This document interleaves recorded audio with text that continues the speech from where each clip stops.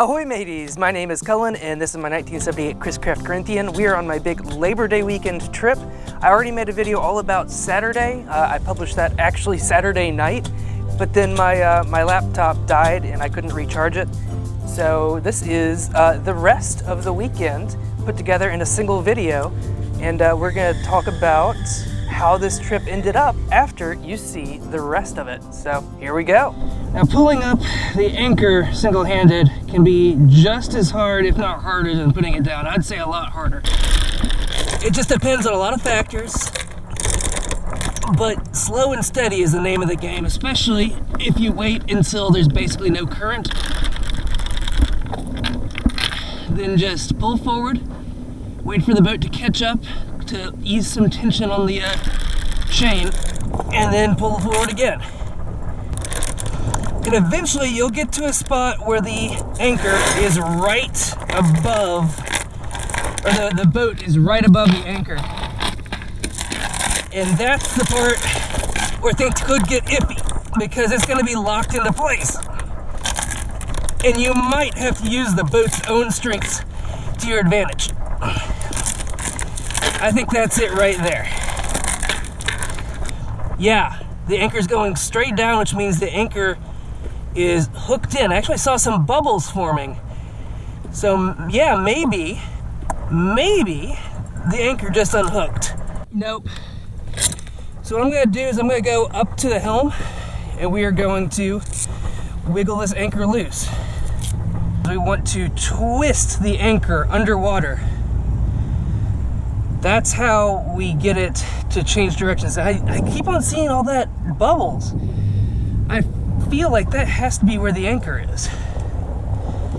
Let's twist the other side now. Back in neutral. We need to grab it before it grabs itself back in.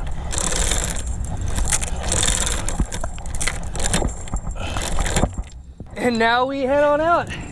Should be about 15-20 miles from our next anchorage. Should take about 2 hours. This boat is not fast. Can be. You have to choose whether you want to completely drain your wallet or go slow.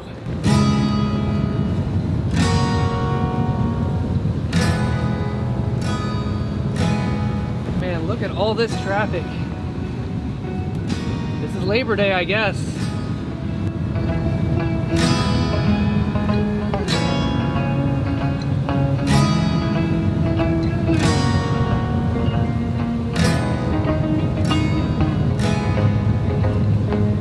Remember I mentioned something about a sailing dinghy that was marked on the map? And I thought they might be having some kind of event this weekend. That's 6 sailboats out having some kind of event. That's really cool.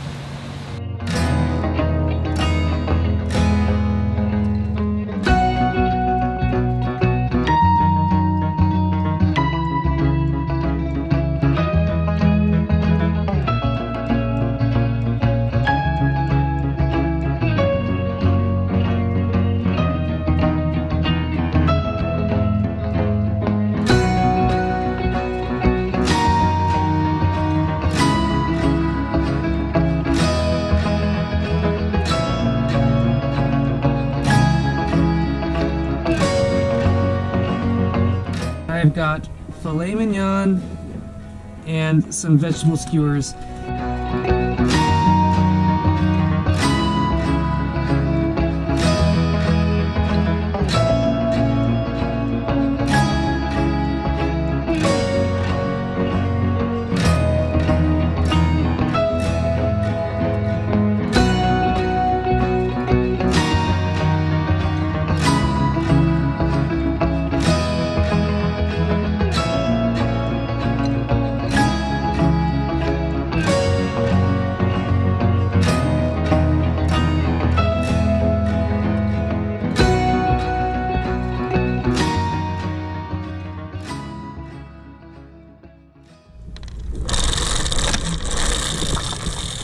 Okay, it's like 8:45 on Tuesday.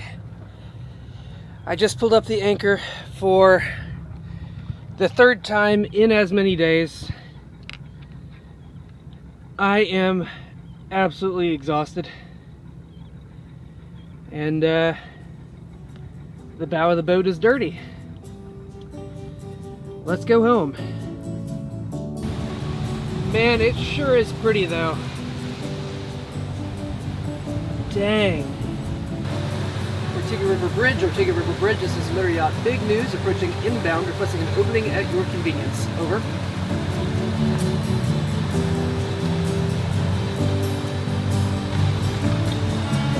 Thank you, Ortega Ridge. Big News is clear. Out. Man, docking was harder than I expected. Normally it's not that hard, but I am happy to be back at dock and with actual electricity again. The air conditioner is running, but it's going to take all day to get it back down to temperature. And my phone is charging. I'm going to go eat something. So let's talk a little bit about the trip itself. First off, it was incredible. Like, it was a complete reset in my mind for a whole lot of different things. I learned so much about myself and so much about this boat. First of all, it's amazing. Obviously, I've had this boat for more than 3 years now, and I do not regret anything. This kind of trip has been like the goal. I wanted to be able to just go out and be self-sufficient. Did the boat accomplish that goal? Kind of. So at the beginning, I told you there were going to be 3 big obstacles to overcome on that weekend. And the first one was going to be the heat, because it was very hot. I actually got lucky. It was cloudy most of the weekend, and it really wasn't as hot as it could have been. But without air conditioning, because the generator it's got problems, without air conditioning, it was not comfortable. And I know most people would not be happy for 3 days without air conditioning in Florida summer. But for me, it was fine. I knew what I was getting into, so that was fine. Second obstacle was going to be refrigeration, I think I said. And that goes in line with the air conditioning thing. There's no 120 volt power, so I can't run my my refrigerator. That could be easily fixed with a 12 volt refrigerator. Those are kind of expensive, but I think they'd totally be worth it. But I think it would require a little bit of work to redo the electrical system, and that's where the boat really let me down in a lot of ways. Because the generator had so many problems, I couldn't use it. And my phone, I was charging off of just a power block, or a power pack, and that worked up until the very last night when I ran completely out of battery, but I just had to wake up the next morning and get home. So if I was going to do something to improve the boat, it would definitely be on the electrical side first. That's one of the biggest lessons that I learned, and we'll see what that looks like in the future. But overall, like, the boat is great. It's my house on the water. I was camping in my own house. It was incredibly cool.